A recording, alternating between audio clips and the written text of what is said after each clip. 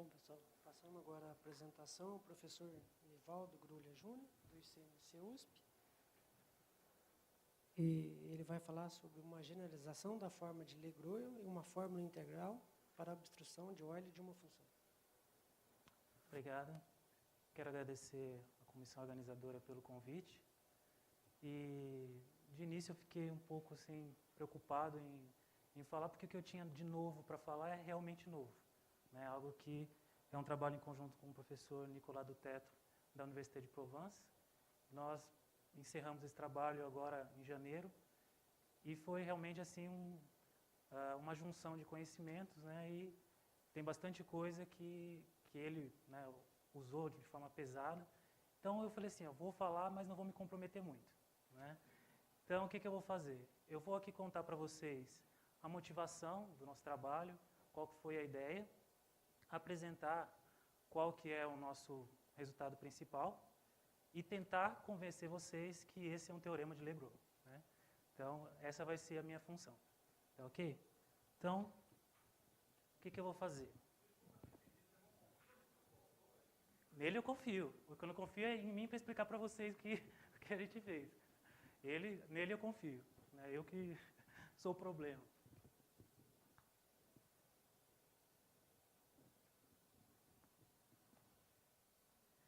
Então, sempre quando a gente vai num encontro de singularidades, né, uma coisa que eu, pelo menos, acho muito interessante, é que de tantas vertentes que nós vemos na teoria de singularidades, né, vira e mexe, estou assistindo uma palestra, está difícil ali às vezes de entender, de repente o palestrante fala assim, mas isso aqui é o número de Milnor. Né? Então o número de Milnor é algo que realmente liga várias pessoas em várias situações diferentes dentro da teoria de singularidade, como já foi falado aqui no encontro, né, uma dimensão de uma álgebra, por exemplo. E o que eu fiz um pouquinho aqui com o professor Nicolas foi analisar o quê? Uma espécie de generalização do número de Milnor quando a gente não está mais trabalhando com uma função definida em um CN, mas definida numa variedade analítica. Tá ok? Então, o que a gente pode falar de início, o que eu vou chamar de caso regular,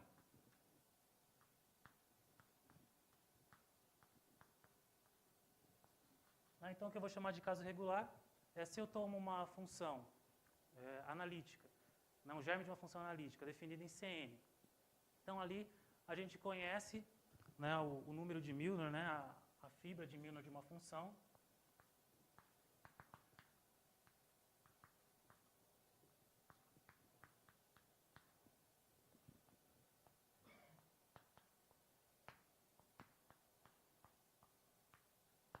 Então, o que eu vou chamar aqui de MF, né? Eu vou tomar a imagem inversa de um valorzinho delta que está bem próximo da origem.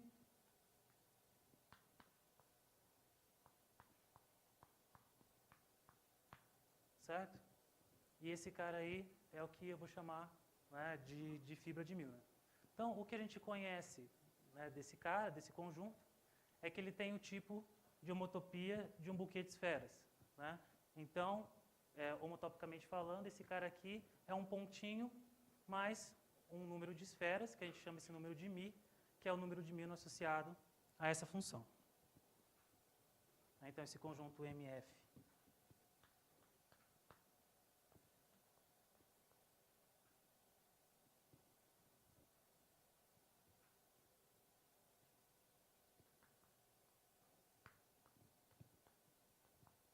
É o que a gente chama de fibra de Milnor de F, certo?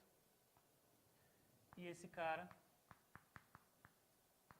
tem o tipo de homotopia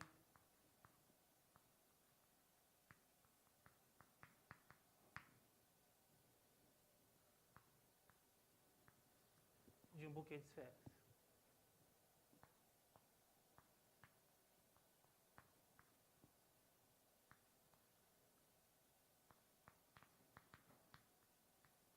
Então, eu vou falar de μ esferas, e esse número μ é o número de Milnor associado a essa função. Né? A dimensão das esferas, né? 2 dimensão.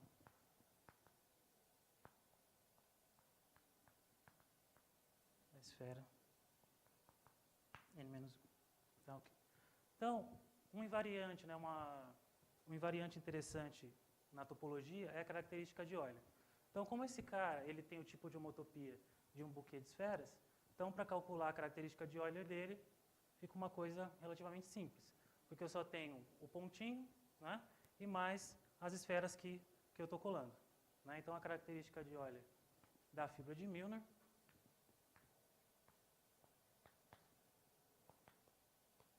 vai ser 1 mais menos 1 elevado a ele menos 1, o número de Milnor. Certo? Então, esse daí é um resultado simples, né, e já interessante, que caracteriza aí a fibra de Milnor. Tá ok. Então, algumas caracterizações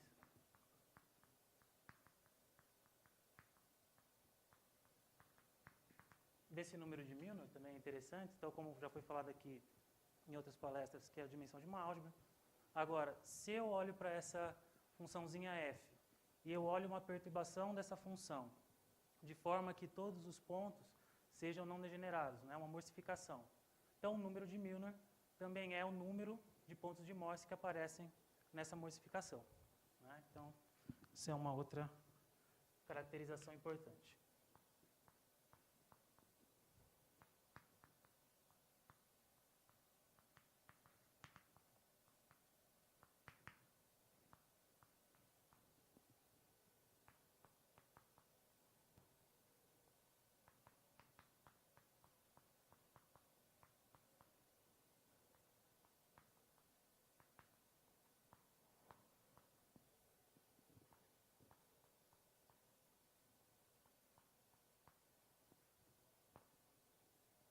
E trazendo também o número de Milnor para índices de campos de vetores, né? Uma coisa que depois a gente vai voltar lá na frente a comentar é que o índice de Poincare-Hopf do campo gradiente barra vai ser menos 1 elevado a n, o número de Milnor de f. Tá? Então, são algumas coisas que a gente vai tentar relacionar no caso singular. Tá, okay. Então, agora, se ao invés de eu trabalhar com o germe de uma função, eu trabalhar com o germe de uma aplicação, mas uma aplicação um pouquinho especial, as que a gente chama de ICES. Né? Então, se eu tiver uma F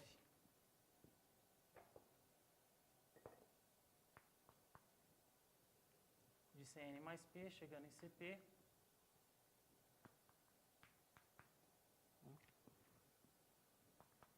mais, né? Ou seja, a dimensão do f-1 de 0 aqui vai ser n. Tá ok? Então, tem um teorema devido a Hahn que diz que as ICES também, quando você olha a fibra de Milnor, então ela também tem um tipo de homotopia de um buquê de esferas. Né?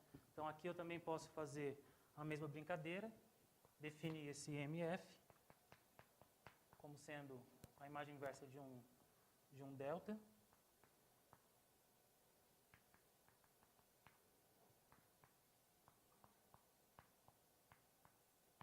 E esse cara tem o tipo de homotopia de um buquê de esferas. E o número de esferas do buquê é o que a gente chama de número de Milnor da ICES.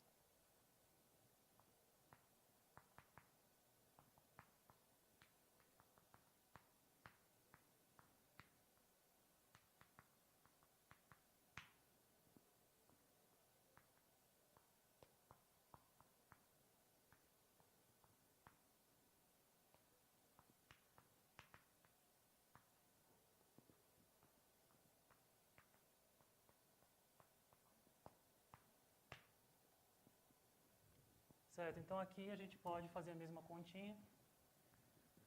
Como ele tem o tipo de homotopia de um buquê de esferas, então eu consigo calcular de uma forma bem fácil a característica de Euler.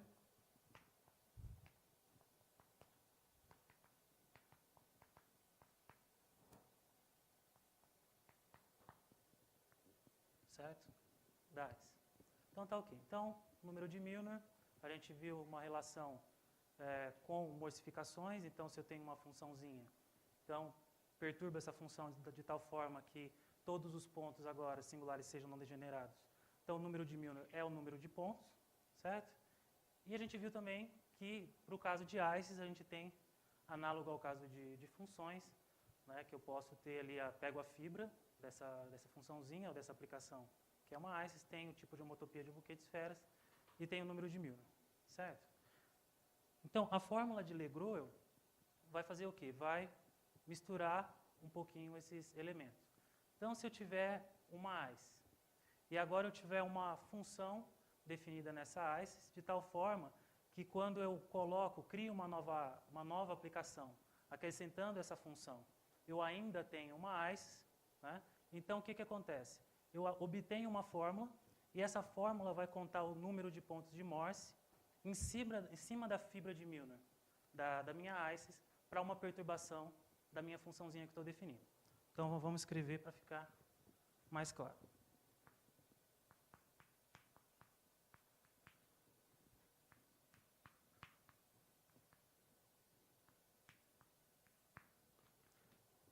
Então, primeiro eu tenho aqui uma ICES.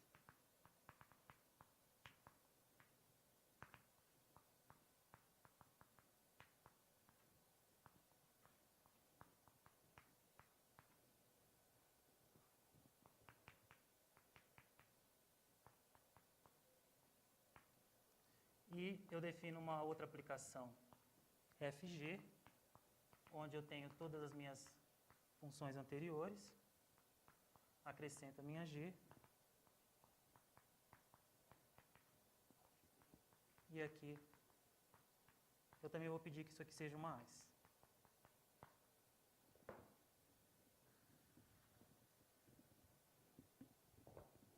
Então, se G tio é uma perturbação da minha função G,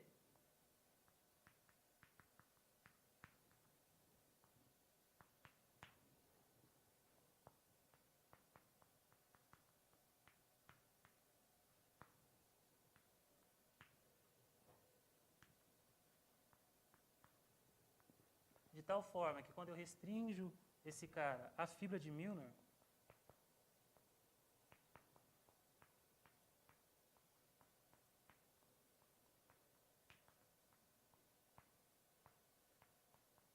nessa restrição eu só tenho pontos de Morse. Então, digamos, NG pontos.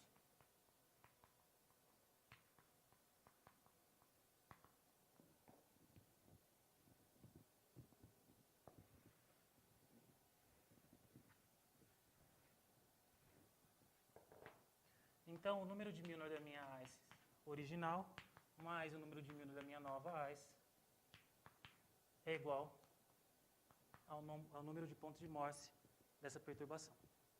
Certo? Então, essa é uma das formas de você ver o teorema de Legros. Certo?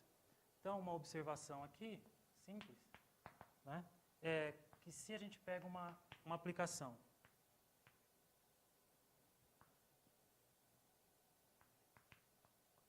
não singular, sem singularidades. Então, o zero é um valor regular.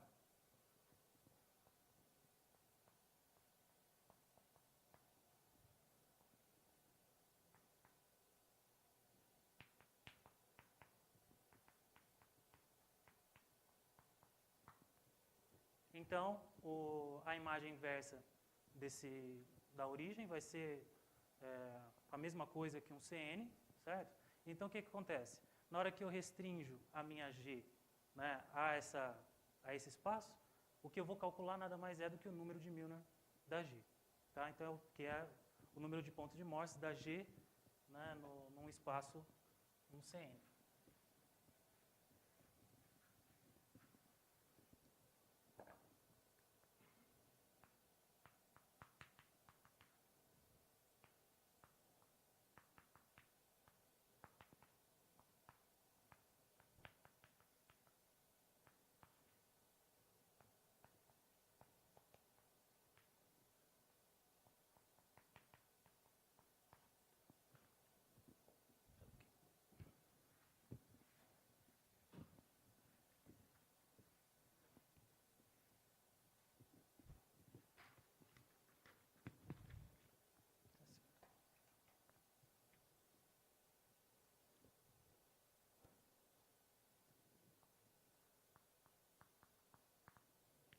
Então, uma pequena proposição, que na verdade seria uma outra forma de escrever o teorema de Legros, né? Então, algumas pessoas preferem escrever desse jeito.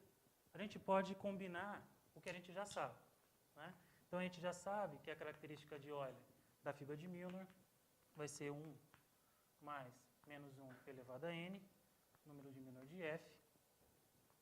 Né? Então, daí a gente vai tirar que o número de Milnor da f vai ser menos 1 elevado a n, característica de Euler da fibra menos 1. Eu posso fazer essa mesma brincadeira com a minha nova AIS.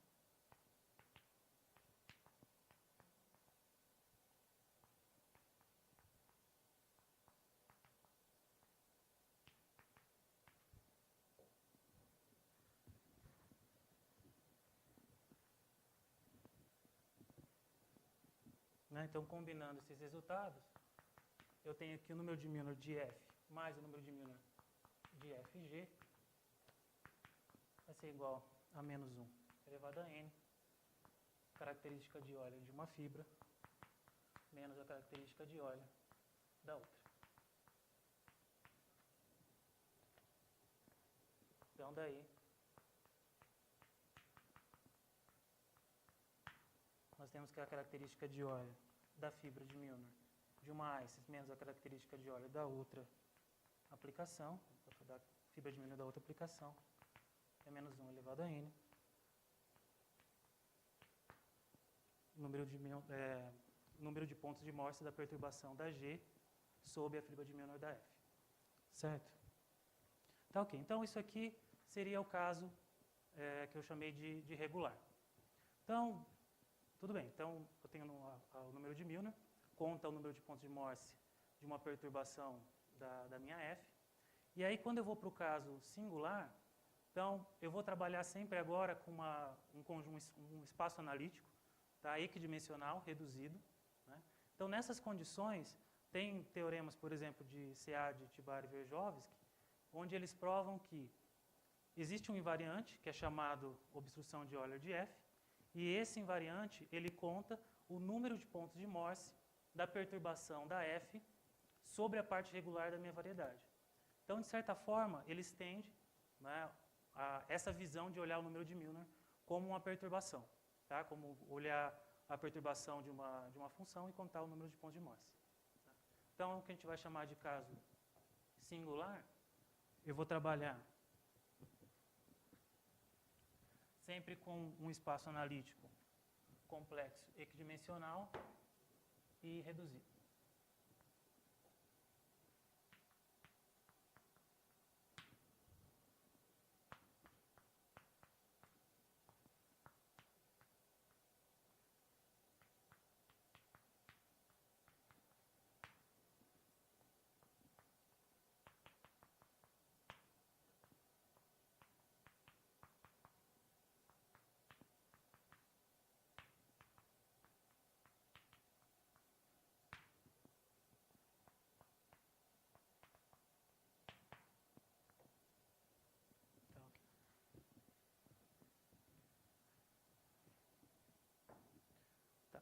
Então, para trabalhar com esse objeto, então a gente tem que primeiro fazer conseguir uma estratificação para esse cara.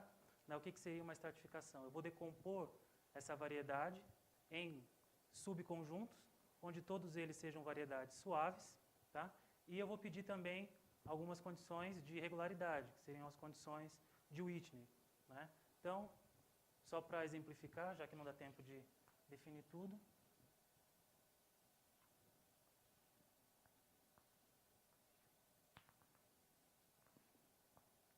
só um pequeno exemplo. Né? Então, se eu tenho uma variedade, né, singular, eu vou estratificar esse cara. Então, por exemplo, eu posso primeiro pegar esse espaço aqui regular. Né? Então, eu pego a parte regular da minha variedade, tiro todo o conjunto singular. Né? E depois, eu posso pegar esse conjunto aqui, singular, como sendo um outro extrato. Certo? Só que, para o que a gente quer fazer, a gente precisa uma coisa um pouquinho melhor. Eu vou ter que acrescentar esse pontinho aqui como um extrato, porque a gente quer que essa certificação seja de Whitney. Tá? Então, basicamente, se eu olho aqui limites de espaços tangentes, ele tem que se comportar bem. E se eu olhar limites de retas secantes, esse cara também tem que se comportar bem em algum sentido. Tá? Não dá para definir tudo, mas... então, eu tenho uma decomposição em parte regular, olho o conjunto singular e com algumas condições eu defino uma partição que tenha uma certa regularidade.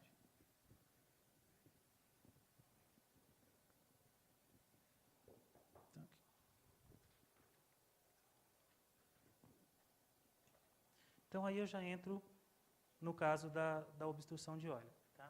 Então, o que vai ser a obstrução de Euler de um ponto? Tá? Então, isso aqui é trazendo o nosso problema para o caso de índices de campos de vetores. Então, se eu pego esse pontinho aqui, eu posso tomar uma esferinha, tá? Em torno desse ponto, e aí eu tomo um campo radial,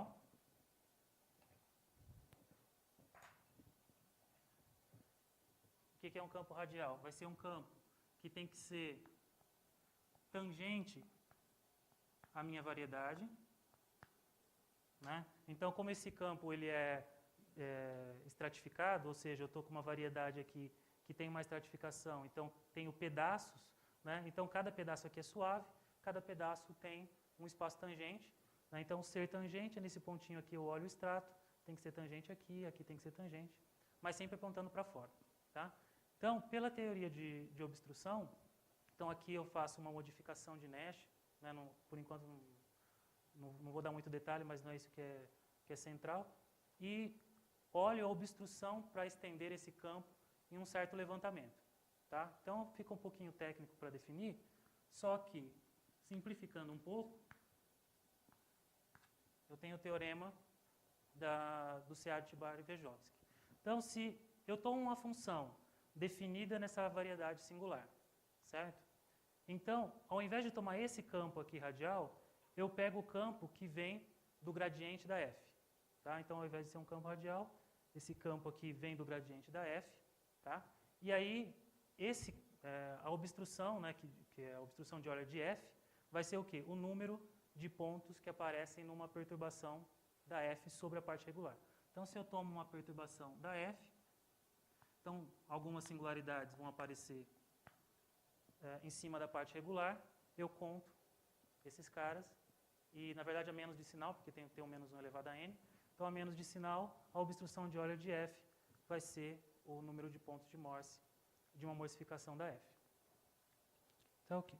Então, esse cara, a gente olha, de certa forma, como uma generalização do número de Milnor.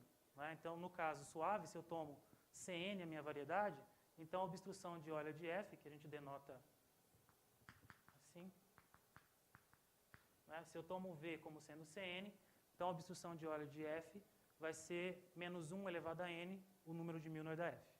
Tá, ok? Então, o teorema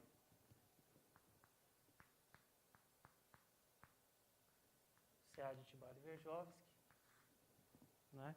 Que é a obstrução de Euler de f V em 0 é menos 1 elevado à dimensão de V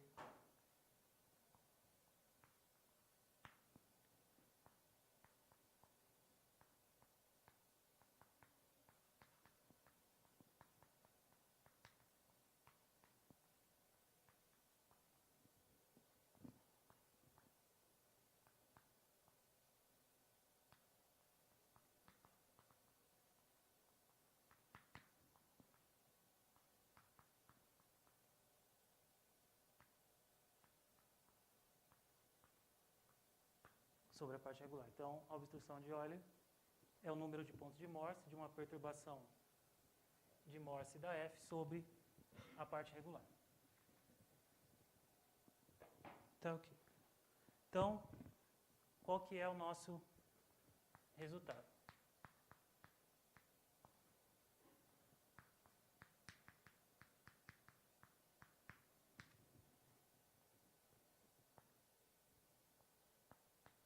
Então, eu vou tomar f, um germe de função definida em V,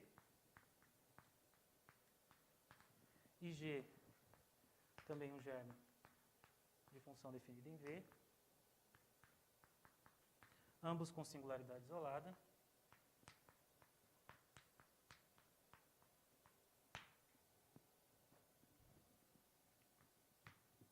Né? E F, quando eu olho em V interseção G igual a zero, esse cara também tem a singularidade isolada.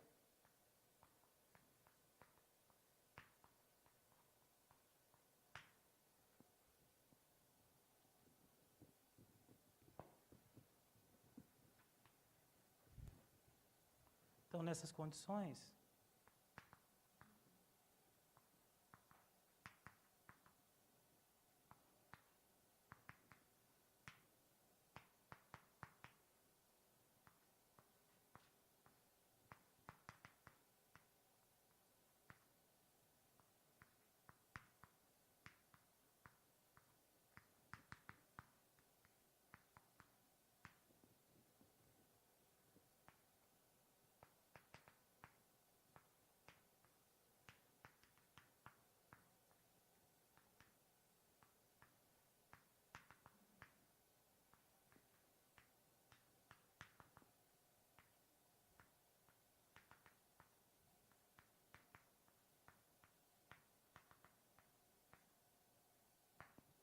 a gente chega nessa forma.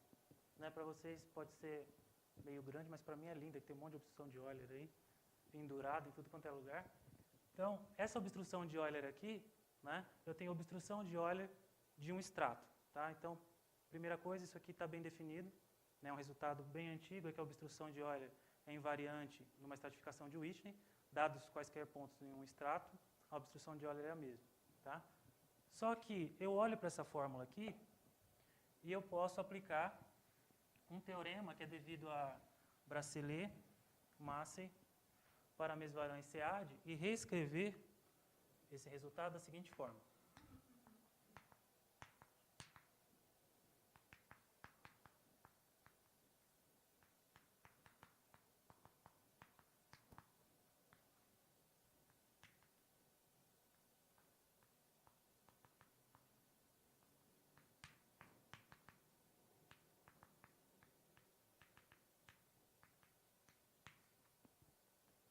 Que já ficou um pouquinho mais simples, certo? Então, o número NR vai ser o quê? O número de pontos de Morse de uma perturbação da minha G em cima da fibra de Milnor da F, só que agora só na parte regular. Né? Então, eu faço uma interseção só na parte regular.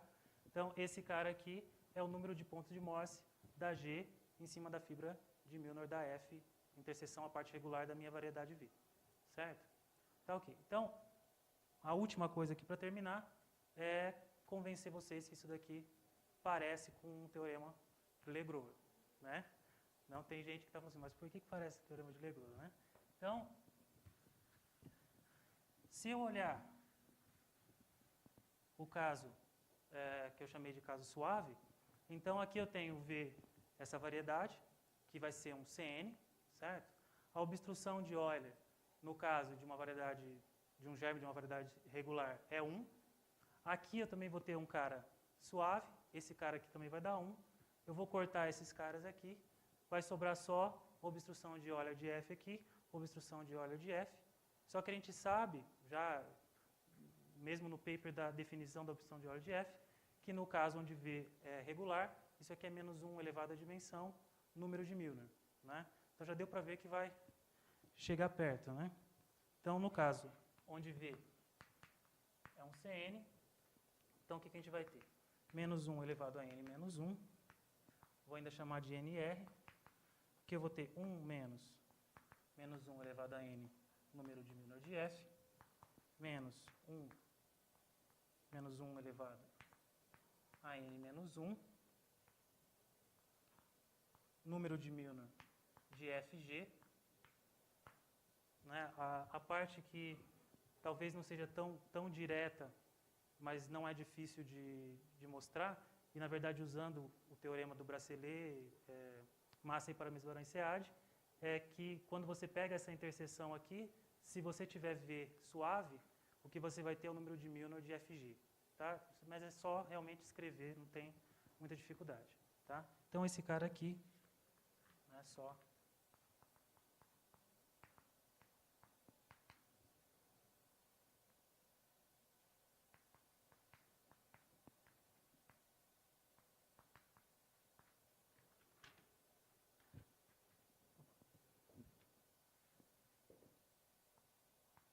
vai dar o número de Milnor de R, né, o número de Milnor R, que na verdade é o número de pontos de Morse da morsificação de F sobre a fibra de G. Isso vai ser igual ao número de Milnor da F mais o número de Milnor da FG. Então, tudo bem. Se for, no caso, suave, eu tenho, né, o teorema de Legros. Se eu tiver também o caso de Isis, é bem similar, bem parecido. Né? Então, só aplicando, vou chegar no teorema de Legros também. Se eu tiver uma variedade com singularidade isolada que tenha smoothing, eu também chego no teorema de Legros. Tá? Então, são várias situações onde, né, dizem para a gente aí que esse teorema está muito próximo de um teorema de Legros. Então, só para finalizar, o que a gente achou muito interessante é que nós provamos essa fórmula primeiro também usando o teorema do Bracelet, massa e para mesura em SEAD. E só que a gente conseguiu provar independentemente esse resultado sem usar esse teorema. Né? Além disso, né, a gente viu aí várias formas de calcular o número de Milnor. Né? Algumas das formas são fórmulas integrais. Né? Então a gente conseguiu também chegar numa fórmula integral que generaliza a fórmula de Kennedy, que calcula o número de Milnor, né, em termos de fórmula integral. Tá ok? Então, vou parar por aqui. Obrigado. Eu introduzo a nossa próxima palestrante, a professora Miriam da Silva Pereira, da Universidade Federal da Paraíba. E ela vai falar para a gente sobre variedades determinantais e singularidades de matrizes. Boa tarde. Eu gostaria de agradecer a oportunidade de estar aqui hoje para poder falar um pouco do meu trabalho. O que eu vou falar hoje é uma parte do meu trabalho de doutorado que eu desenvolvi aqui no ICMC sob orientação da professora Cidinha e que teve apoio financeiro da FAPESP. Bom, o objeto principal do nosso estudo são as variedades determinantais. Então, eu vou iniciar com a definição dessas variedades. Então, eu vou considerar R um anel comutativo e M uma matriz N por P com entradas em R, e T como sendo menor ou igual ao mínimo entre N e P. Então, eu vou dizer que um ideal I de R vai ser um ideal determinantal se ele é gerado pelos menores T por T da matriz M. E a variedade X, definida pelos zeros de um ideal determinantal e de codimensão N menos T mais 1, P menos T mais 1, é chamada de variedade determinantal. As variedades determinantais formam uma classe importante no conjunto de todas as variedades e já aparecem como, os ideais determinantais já aparecem como ideais de definição de algumas variedades clássicas da geometria algébrica. As variedades determinantais têm sido amplamente estudadas tanto pela álgebra comutativa como pela geometria algébrica. Eu coloquei aqui um trabalho importante, que se você considerar M uma matriz cujas entradas são indeterminadas sobre um corpo e T como sendo igual ao mínimo entre N e P, então o Eagle, na sua tese, provou que o ideal I, gerado pelos menores T por T da matriz M, é Cohen-Macaulay. Posteriormente, o Eagle e o Rochester generalizaram esses resultados para T variando entre o mínimo entre N e P. Bom, o objetivo do nosso trabalho é estudar as variedades determinantais sob o ponto de vista da teoria de singularidades. Eu vou citar aqui alguns trabalhos que já foram feitos nesse sentido. O primeiro trabalho é o trabalho do Bruce. Nesse trabalho, ele considerou matrizes quadradas simétricas. Usando uma equivalência que consiste na multiplicação à esquerda e à direita por matrizes invertíveis e mudanças de coordenadas na fonte, ele classificou os germes simples de matrizes e estudou um pouco da sua simetria. Um estudo semelhante foi feito pelo Haslinger para germes de matrizes antissimétricas.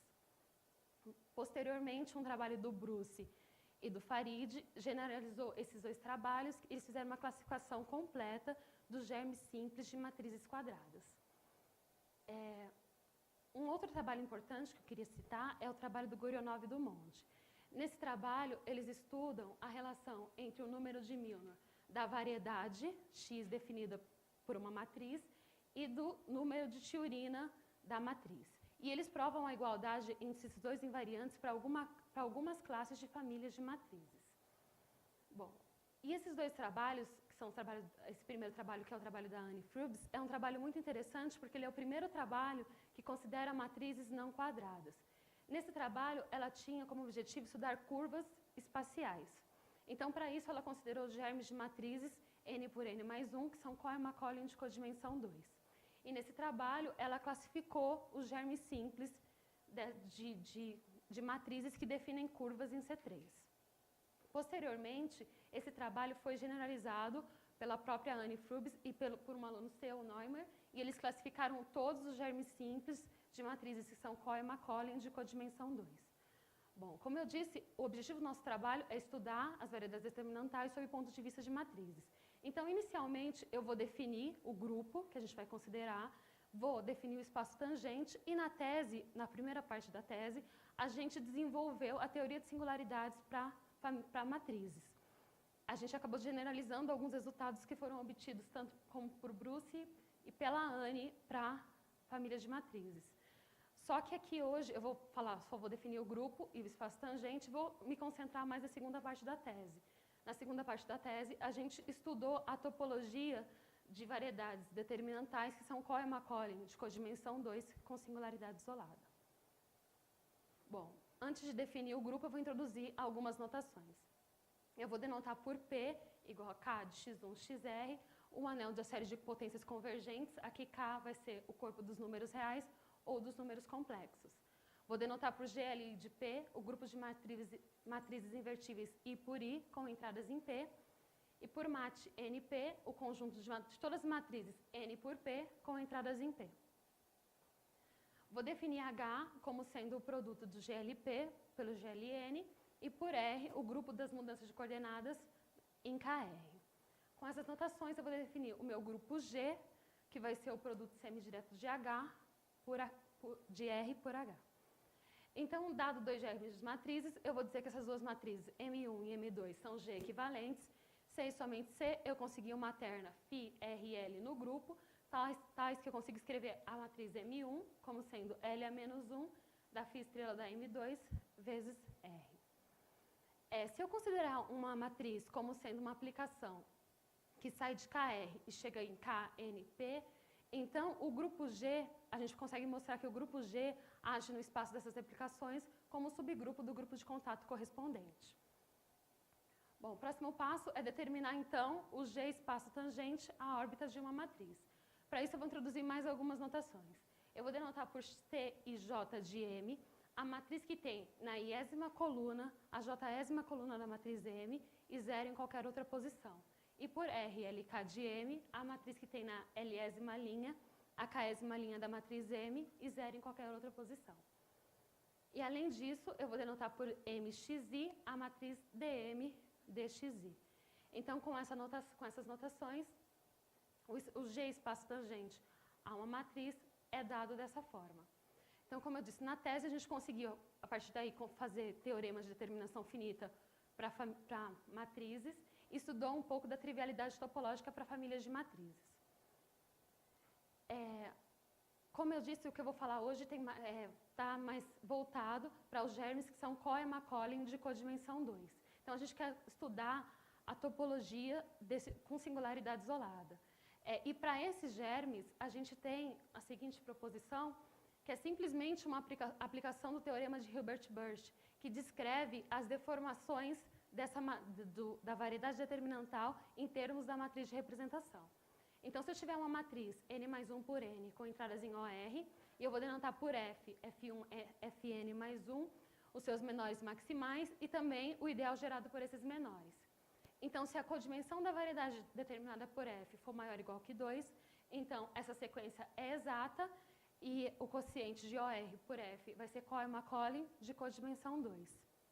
Reciprocamente, se eu tiver uma variedade X, que é Cohen-Macaulay de codimensão 2, e X é dado como uma variedade de um ideal, então eu consigo uma resolução desse tipo para o quociente de OR sobre I, e além disso, eu vou conseguir uma unidade, que eu estou chamando de U, tal que o ideal I pode ser escrito dessa forma. Além disso, qualquer deformação da matriz M me dá uma deformação da variedade X, e qualquer deformação da variedade pode ser obtida como deformação da matriz de representação M. Então, a ideia é usar essa correspondência entre a variedade, entre as deformações da variedade e a deformação da matriz de representação para estudar essas variedades. Bom, além disso, a gente consegue expressar em termos de matrizes os módulos normais e o espaço T1 em termos de matrizes. Eu consigo, se eu denotar G, a aplicação que sai de GLP, cartesiano, GL,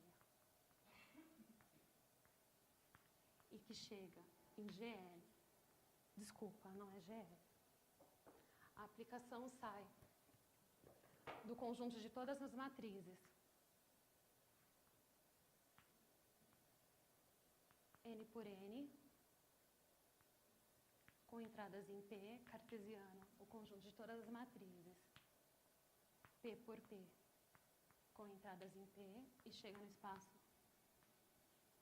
de todas as matrizes, N por P, com entradas em P. Essa aplicação pega matrizes A e B e leva na matriz AM mais MB. Então, eu consigo expressar o módulo normal como sendo o quociente do espaço de todas as matrizes, quocientado pela imagem dessa aplicação. Com as mesmas notações, a gente consegue mostrar que o espaço T1 é dado pelo quociente de todas as matrizes por esse conjunto. Esse conjunto, esse que aparece no denominador, ele coincide exatamente com G espaço tangente à matriz M. Então, como consequência desse resultado, a gente tem que a G codimensão de uma matriz coincide com o número de Tiurina da matriz. Bom, então o meu objetivo é descrever a topologia de variedades determinantais Cohen-Macaulay de codimensão 2 com singularidade isolada na origem. Bom, eu vou introduzir algumas notações e algumas definições já conhecidas. Eu vou tomar X0, um germe de variedade analítica D-dimensional com singularidade isolada na origem. E vou denotar por B, ε0, a bola aberta centrada na origem em CD.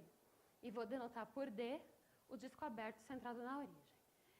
Então, eu vou dizer que a variedade X0 admite uma suavização se eu conseguir uma bola, um subespaço fechado que eu estou denotando por X, que está contido no cartesiano da bola com disco, e uma aplicação analítica própria, que eu estou chamando de F maiúsculo, que é a restrição da projeção, que satisfaz essas três propriedades. Então, de maneira geral, uma suavização é uma deformação da variedade X0, de tal forma que as fibras próximas dessa variedade, dessa deformação, são suaves. Bom, um problema importante dada uma variedade, é determinar condições para a existência e a unicidade de suavizações para essa variedade. A gente sabe que, se a gente tiver, no caso de interseções completas ou de hipersuperfície, a gente sabe que existe essa suavização e, além disso, que essa suavização é única. Mas existem variedades que não admitem suavização e outras variedades que admitem suavização, mas que, se você pegar duas suavizações diferentes, a característica de Euler das fibras são distintas. No caso das variedades determinantais, a gente não tem existência de suavização no caso geral, mas a gente tem o seguinte resultado obtido por Wall. Se a gente tiver uma variedade determinantal com singularidade isolada na origem, se a dimensão dessa variedade for menor que n mais p menos 2t mais 3, então existe uma suavização para essa variedade. No caso particular das variedades que são Cohen-Macaulay de codimensão 2, a gente conseguiu provar E com GE, codimensão finita, aqui o número de variáveis R menor que 6, a gente conseguiu provar que existe única estabilização para essas variedades. E, nesse caso, a estabilização ela corresponde à suavização. Então, para essas variedades, existe única suavização. Dentro desse caso, dessa proposição, estão as superfícies em C4 e as 3 variedades em C5. Bom, é importante observar que a desigualdade, aquele R menor que 6, na proposição anterior, ela tem que ser estrita.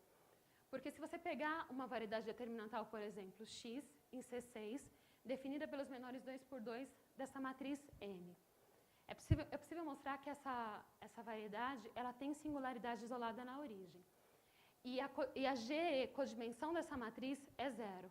Então, toda deformação dessa matriz vai ser isomorfa à deformação trivial. Então, essa singularidade é chamada de singularidade rígida, quer dizer, ela já não tem, a gente já não consegue estabelecer uma suavização no sentido que a gente colocou no teorema anterior. Bom, eu vou colocar aqui alguns resultados também que já são conhecidos, que aparecem no artigo do Steinberg, que já são conhecidos para a topologia da fibra de espaços analíticos que admitem suavização. Então, eu vou tomar X0, um espaço analítico complexo, D-dimensional, com singularidade isolada, e vou denotar por XT a fibra de Milnor de uma suavização dessa variedade. Então, ele provou que o iésimo grupo de homotopia da XT igual a 0, para ir variando entre a dimensão de x menos a codimensão de x. No caso particular de superfícies Cohen-Macaulay de codimensão 2, esse resultado me diz que essas superfícies são conexas. Um outro resultado também que aparece é que o primeiro número de Bethe da XT também é 0. Certo?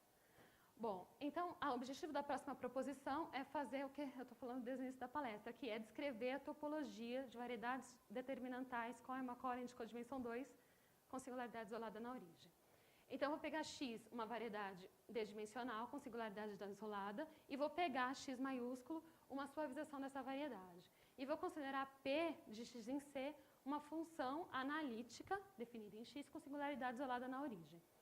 Vou tomar petil de X ter uma família que deforma P.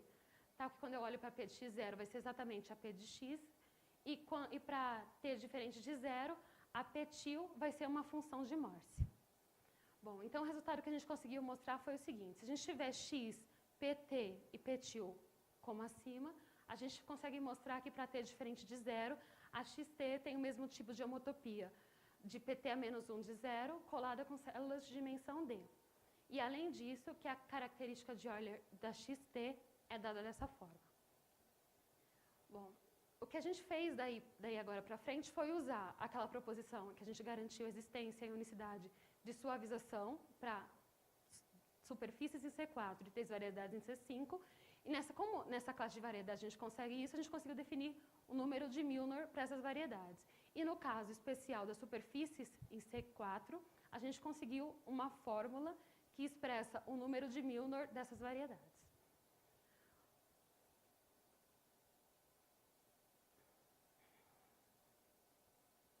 Bom, então o que a gente fez foi, usando, acho que eu pulei. Isso. Então, no caso de superfícies determinantais e de 3 variedades em C5, a gente conseguiu mostrar a existência e unicidade de suavização, então faz sentido definir o número de Milnor dessas variedades como sendo o 10º número de Bethe da fibra genérica de uma suavização da variedade X. Aqui o D vale 2 ou 3.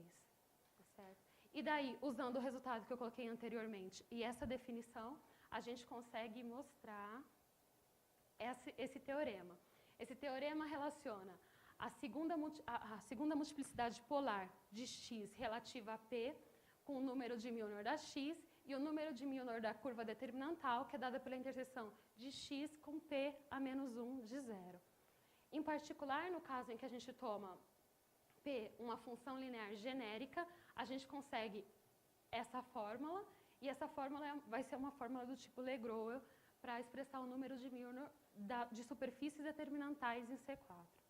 No caso de 3 variedades em C5, a gente conseguiu mostrar um resultado parecido, Só que a fórmula não fica exatamente uma fórmula do tipo Legros, porque aqui ali vai aparecer a terceira, vai aparecer a M3 da X, e aqui só que o segundo número de batch da XT fica aparecendo na fórmula, que nesse caso a gente não sabe que ele se anula. Bom, só para terminar e para fazer um exemplo, a gente relacionou a multiplicidade polar, a segunda multiplicidade polar, que é a que aparece na fórmula anterior, com o índice de Poincaré-Hopf definido pelo Veblen e Guzenzade para singularidades determinantais que têm singularidade essencialmente isolada. Bom, como eu estou considerando, no meu caso, eu estou considerando variedades com singularidade isolada, eu não vou entrar em detalhes do que seria uma variedade com singularidade essencialmente isolada, porque as noções coincidem nesse caso. E aí ele define, dada uma fórmula, forma definida numa variedade determinantal X, ele define o índice dessa forma como sendo o número de pontos singulares não degenerados da deformação dessa forma na parte regular da variedade.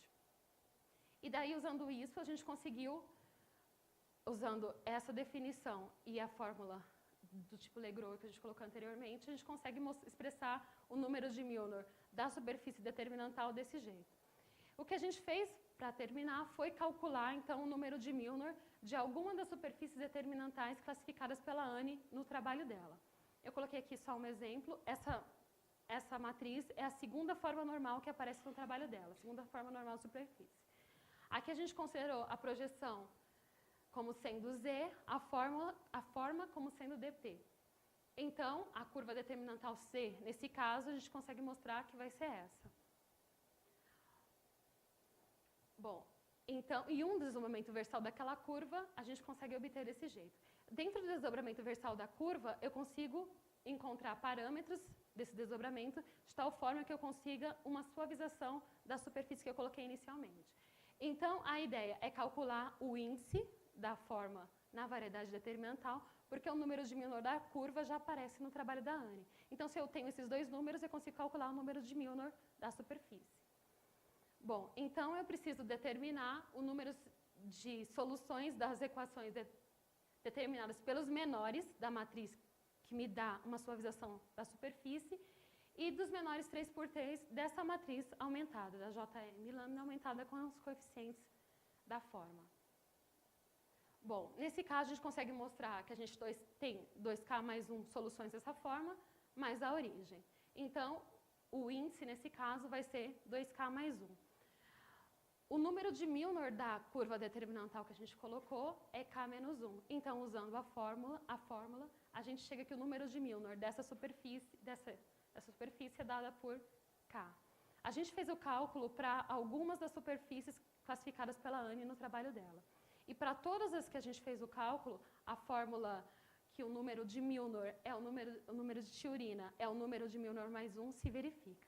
A gente não conseguiu terminar os cálculos para toda a lista, mas a gente desconfia que a fórmula vai ser válida para todas as superfícies simples que ela classificou. E essas são algumas referências que a gente usou. Era isso.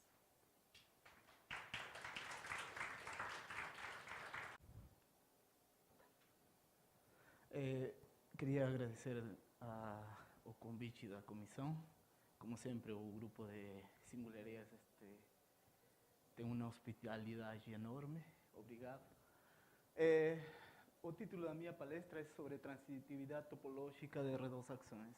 É um trabalho em conjunto com Carlos Maquera e decorre da minha tese de doutorado. Bom, para situar-nos no contexto do problema,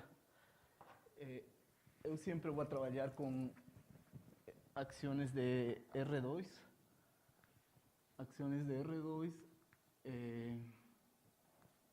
em uma 3 variedade, de uma classe de diferenciabilidade relativamente grande. Tá? Bom, é decir, se eu tenho um elemento, como estou em R2, se eu aplico a ação a um ponto P, ele fixa o ponto e respeita a operação do grupo, né? Temos esta igualdade.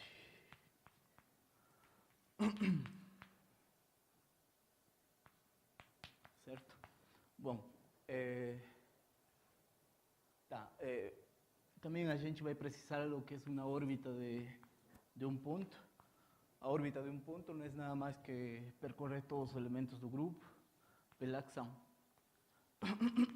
Seria desta forma, né? E, finalmente, existe um grupo fechado associado a essa ação, que é o grupo de isotropia, que é um grupo fechado, um subgrupo de R2, que fixa todo o ponto P.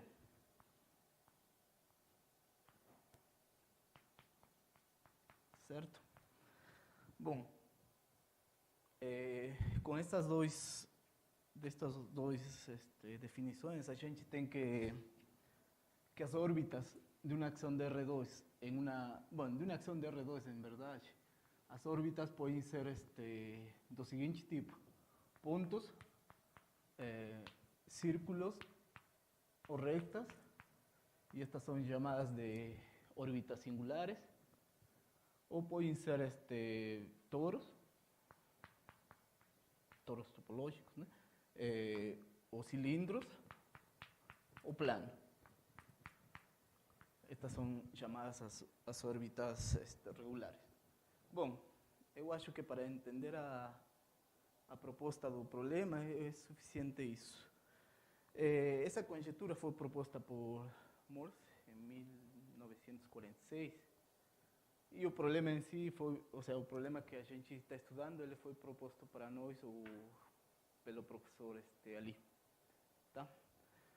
Então, a conjectura diz que qualquer sistema dinâmico topológicamente transitivo, com algum controle sobre as singularidades, é metricamente transitivo. Topológicamente transitivo, eu acho que já todo mundo sabe, é que tem uma órbita densa, certo? Ou seja, existe uma órbita cujo fecho é toda a variedade. E metricamente transitivo é parecido com a definição aquela que apresentou ali, só que neste caso o sistema dinâmico não tem uma medida invariante. Então é um pouco mais fraco que aquela que apresentou ali na palestra dele. Tá bom? Em meu caso vai ser por exemplo, essa ação vai ser metricamente transitiva.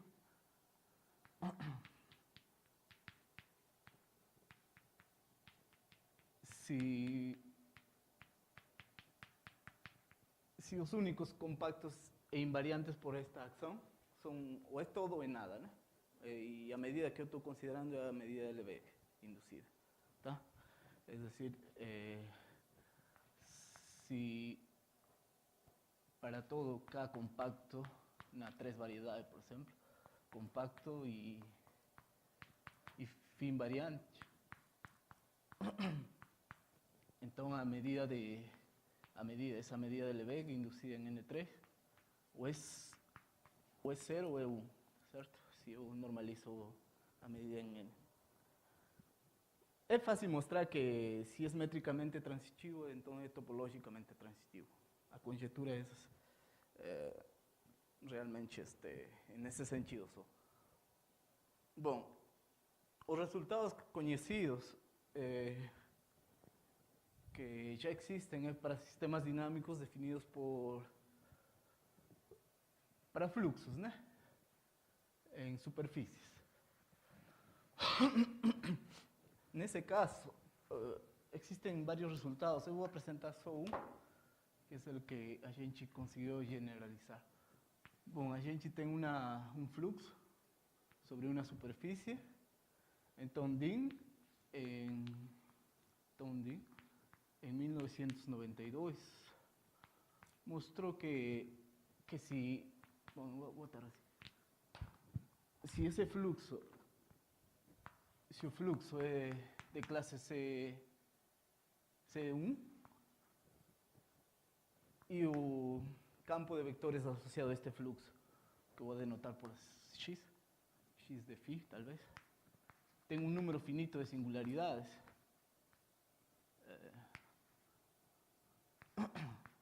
Bom, então a conjectura de Morse é verdadeira, tá?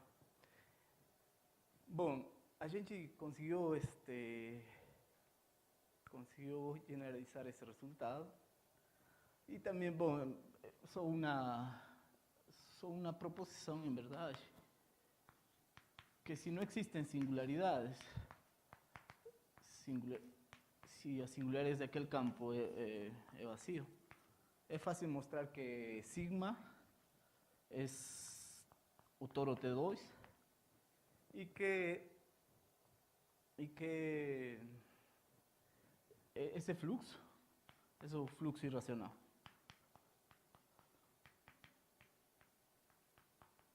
Aquele que ali apresentou em aquele quadradinho, não é certo?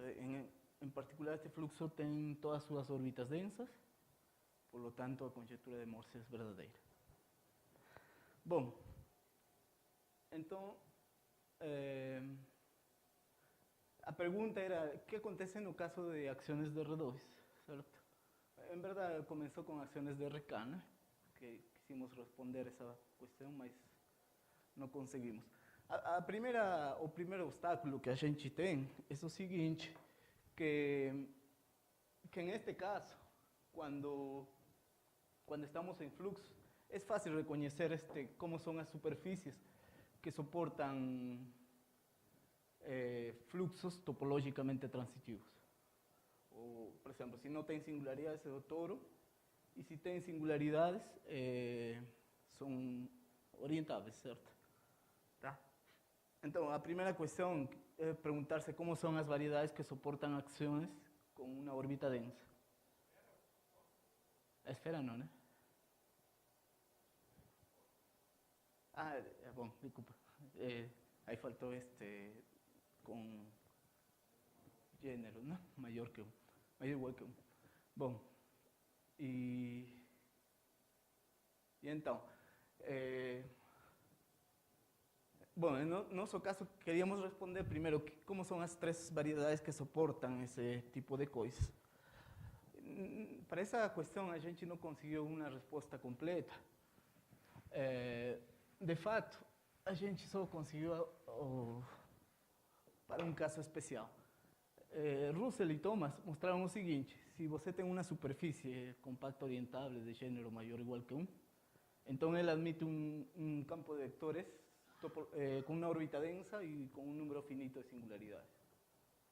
Se você considera sigma como sendo este cara, por exemplo, você pode multiplicar por esse 1, não é certo? E aí obtém uma 3 variedade que suporta bom, aqui existe uma órbita densa, certo?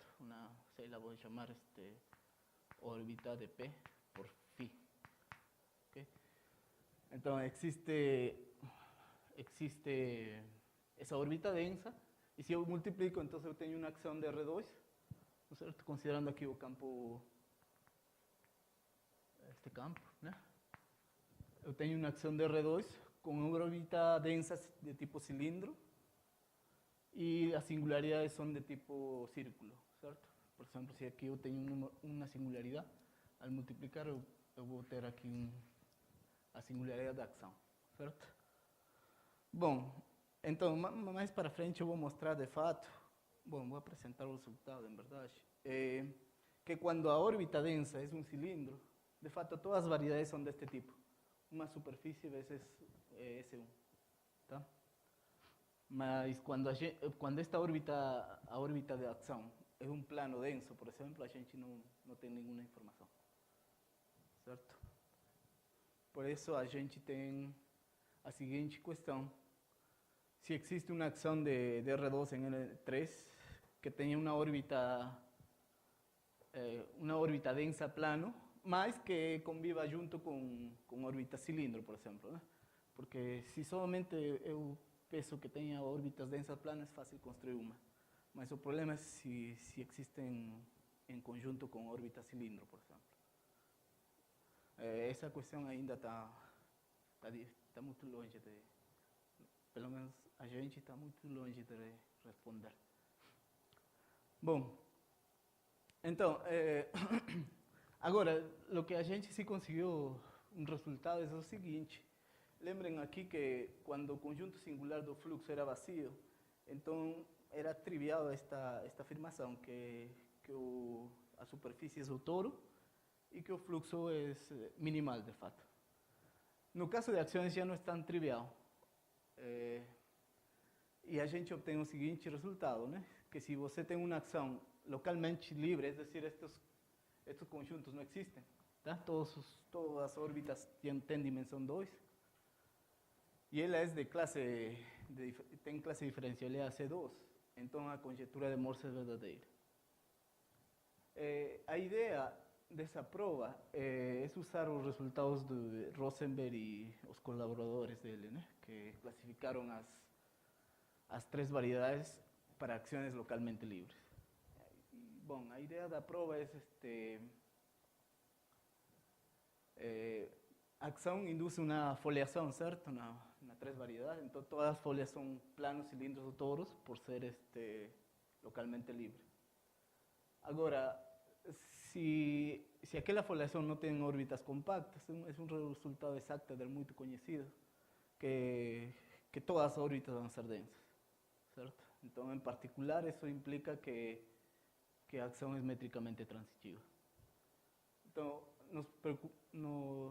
faltaria estudar o caso de que existam órbitas compactas. Nesse caso, Rosenberg mostrou uma consequência, em verdade, dos resultados de Rosenberg. É que existe unicamente um toro, certo? E todas as folhas são planos. Isso decorre do seguinte: Rosenberg mostrou que se você tem toros, então, por exemplo, se você tem toros dessa forma, então, entre toro e toro, todas as órbitas têm o mesmo tipo topológico. Por exemplo, ou são planos, ou são cilindros, ou podem ser toros, certo? Aqui todos são do mesmo tipo topológico.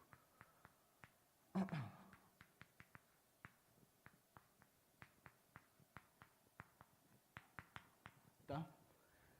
E a gente conseguiu mostrar um argumento tipo um argumento de Elon para R2 ações, que essencialmente diz o seguinte, que se você tem uma órbita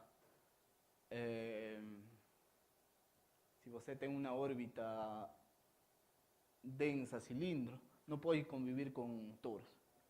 Essencialmente é mais ou menos assim a ideia, né? A ideia é que, vamos supor que exista uma órbita densa, cilindro, e um toro, certo? Vamos supor que este seja o toro, tá? Como por algum lado eu posso considerar uma secção, certo? Vamos supor que seja este cara. Então, vai existir uma secção, de modo que aqui os gráficos daquela órbita cilindro densa são dessa forma. A partir disso, a gente pode definir, por exemplo, vamos supor que este círculo da órbita cilindro é levado em este círculo. Então, a gente pode fazer isso e encontrar um aberto invariante. E isso já contradiz com a hipótese de que exista uma órbita densa, né? Porque não pode haver 2 abertos invariantes disjuntos. Certo? Então, se existisse aqui um toro, não poderia, se existisse aqui um cilindro, não poderia existir este toro. Agora, todos têm o mesmo tipo topológico, então estes somente são planos, tá bom? Não podem ser também toros, porque aí, novamente, existiria todo isto seria um conjunto invariante, né? Aberto invariante. Bom, então, eu tenho este toro, tenho 2, certo? Se tenho 2, são iguais. E, bom, aí essencialmente acabou. Por quê? Porque este toro, usando umas técnicas do trabalho de Biasi e Maquera, a gente mostra que se eu tiro as singularidades da minha variedade, essa variedade tem como π1 o C2, certo? E isso implica, em particular, que a foliação é desta forma. Aqui eu tenho este toro, aqui eu tenho fluxo irracional. Então, N0 vai ser T vezes S1. E as folhas vão ser estes caras. Tá? Com isso já acaba, porque todas as folhas são cilindros densos. Então, a conjectura de Morse é verdadeira. Bom, então, o primeiro caso que tínhamos aqui, quando o fluxo não tem singularidade, já estaria feito, né? Agora, a pergunta é saber o que acontece quando existen singularidades, es decir, cuando existen pontos, rectas o círculos.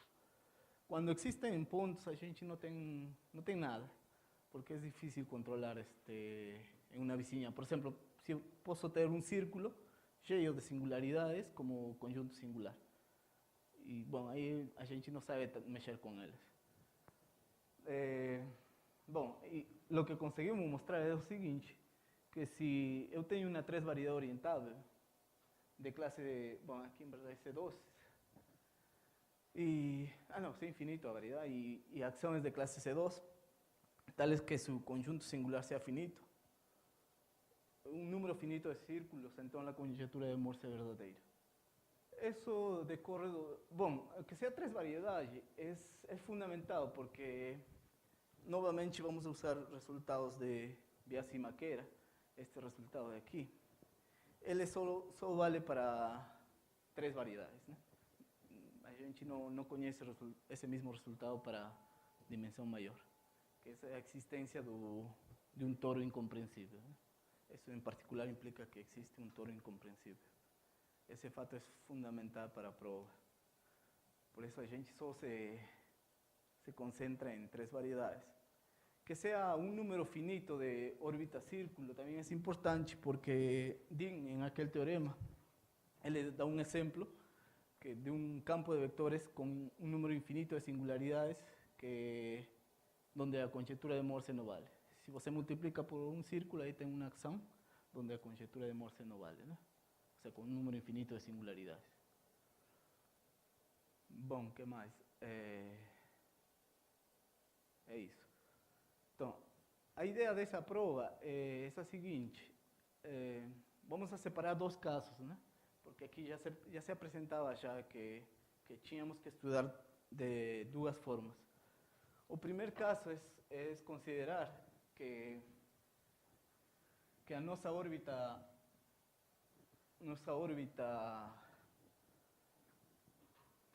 densa é um cilindro.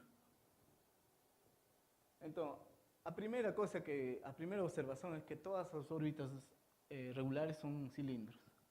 Isso por uma proposição pequena, em verdade, que diz que se eu tenho que uma órbita de qualquer ponto está contida no conjunto limite de outro cara, então o grupo de isotropia deste cara tem que estar contido no grupo de isotropia do primeiro, certo? Como este es un cilindro, este cara es denso, ¿no? Este va a ser C. Entonces, para cualquier punto, el grupo de isotropía va a contener un C. Por lo tanto, va a ser o un toro o un cilindro. Bom, entonces a primeira parte decorre dessa observação. A segunda coisa que a gente mostra, e essa é a parte um pouco mais técnica, é que os grupos de isotropia para dado 2 folhas regulares, entonces los grupos de isotropía coinciden. Es la parte un poco más técnica, que uno voy a explicar un poco. Bom, usando esos 2 fatos, e a existência da órbita densa, a gente pode demonstrar esse teorema. Em verdade, esse teorema vale para dimensões maiores, mas aí está escrito só para acciones de R2. Esencialmente, esse teorema está falando que N é um fibrado principal, que se eu tiro as singularidades de N, então N é 0. N é 0 é um fibrado principal, cujas fibras são S1. Eu tenho aqui a projeção, e aqui embaixo vou ter uma superfície aberta, com um número finito de buracos. Por exemplo, esse essencialmente isso. Agora, outra observação, aqui em N, bom, em verdade é N0, né? Que é N menos as singularidades. Aqui existem dois campos comutativos, né? Porque está definido por uma ação. Então, aqui eu tenho XB, por exemplo, e X1. XB se vai anular em cada círculo, certo? Então, o que o teorema fala é que aqui embaixo eu posso definir um campo de vectores topologicamente transitivo. Que, sei lá, a ver, vou anotar XB chapéu. Certo? Também se pode mostrar que esse campo bom, tem uma órbita densa e a gente é capaz de fechar estes buracos, compactificar a nossa superfície, de modo que aqui botando zero em estes caras, né? Porque vem de uma ação que é dessa forma. Bom, agora já teríamos um campo sobre uma superfície topologicamente transitivo, com um número finito de singularidades. O número de singularidades coincide com o número de círculos, né? Então, usando o teorema de Dean, já mais ou menos usando o teorema de Dean, tendríamos a conjectura de Morse, que é válida para este caso, certo? Bom, e isso seria quando nossa órbita densa é um cilindro, né? Quando a órbita densa é um plano, temos dois subcasos. Primeiro, primeiro tenho que falar o que é separatriz. A gente tem um número finito de órbitas círculo. Por exemplo, vamos a supor que seja este cara, né? Uma dessas órbitas, certo? Esse cara está definido por dois campos que eu denotei X1, por aqui, e XB que se anula sobre S1. Então aqui eu posso considerar uma transversal, certo? E a ação vai induzir um campo de vectores sobre essa transversal local, com uma singularidade em esta intersecção. Se esse campo de vectores tem separatrizes, a gente fala que a singularidade tem separatrizes, certo? Então, como não tem separatrizes, as únicas possibilidades dessas singularidades são assim. Ou é dessa forma, ou é dessa forma, né?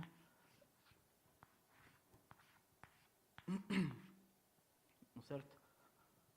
Em ambos casos, a gente pode mostrar, por exemplo, aqui é mais fácil de olhar, que sempre vai existir por exemplo, pego este círculo, faço um mapeio de primeiro retorno relacionado ao campo X1, depois faço uma deformação, boto em posição geral, etc. Existe um toro transverso à ação. Isso é importante, porque, é decir, para cada círculo eu tenho um toro transverso em uma vizinhança do círculo, certo? E isso já mata o teorema, porque depois eu saturo por esse transversal, eu tenho que chegar a uma singularidade. Então, essencialmente, vou ter duas singularidades do círculo e a variedade vai ser colando dois toros, né? Vai ser aqui, sei lá, vamos supor que esto sea S1, uma singularidade. E aqui eu tenho outra. Então, existem aqui toros transversos, certo? É o que estamos... Certo? E a variedade simplesmente se cola as fronteiras, né? Por ser transitivo, não pode existir mais. Certo? Então, quando não existem separatrizes, é bem... é um pouco mais simples. Finalmente, se existem separatrizes,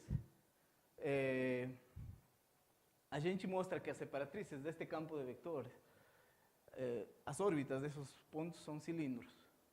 Então, a gente tem cilindros não densos, né? Porque se fosse denso, todos seriam densos. Todos seriam cilindros.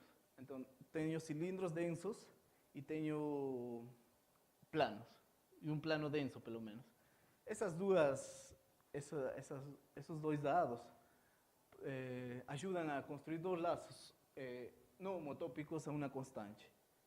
É decir, existe um toro essencialmente, né? Um toro que é incompreensível, né? Certo? Na variedade. Novamente, como existe toro incompreensível, a variedade menos a singularidade vai ser deste tipo. Tá? Esse é um resultado de Makeri, de Biasi e Makeri. E finalmente se pode mostrar que se eu tenho um compacto invariante, então N0 ou intersecta ou não intersecta, mas em ambos casos a gente consegue mostrar que a medida de K é zero ou que é total, né? Certo? É decir, se essencialmente tenho assim, tenho uma singularidade círculo, e eu tenho cilindros não densos, né? E por aqui eu tenho um plano denso. Lo que eu consigo mostrar é que se eu pego um ponto aqui, isso, se o conjunto, se K intersecta este conjunto, K necessariamente vai estar aqui, certo? E se está aqui fora, por exemplo, aqui está o invariante, então o saturado é tudo, tá bom? Bom, aí acabaria, mas temos vários problemas ainda, né? Não em aberto, estamos mais ou menos mexendo. Que acontece em dimensões maiores e essas coisas que ainda não temos respostas concretas. A bibliografia básica do trabalho é a seguinte. Na primeira, eles falam sobre a existência do toro incompreensível. Aqueles dois tratam da conjectura de Morse. Bom, esse Rosenberg é o trabalho clássico dele, muito conhecido em foliações. Obrigado.